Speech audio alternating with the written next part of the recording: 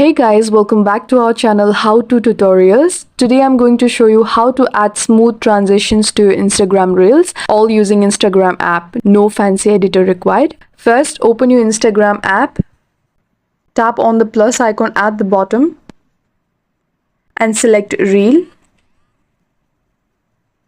You can either record your clips right away or select the clips from your gallery. To add a transition, you need at least 2 clips. For now, let me select these 2. Tap Next.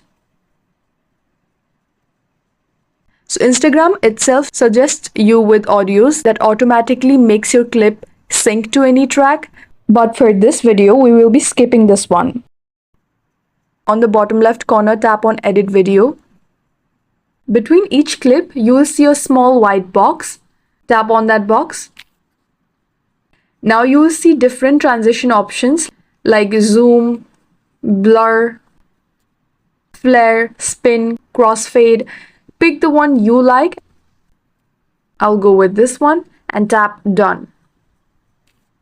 Preview the transition to see how it works.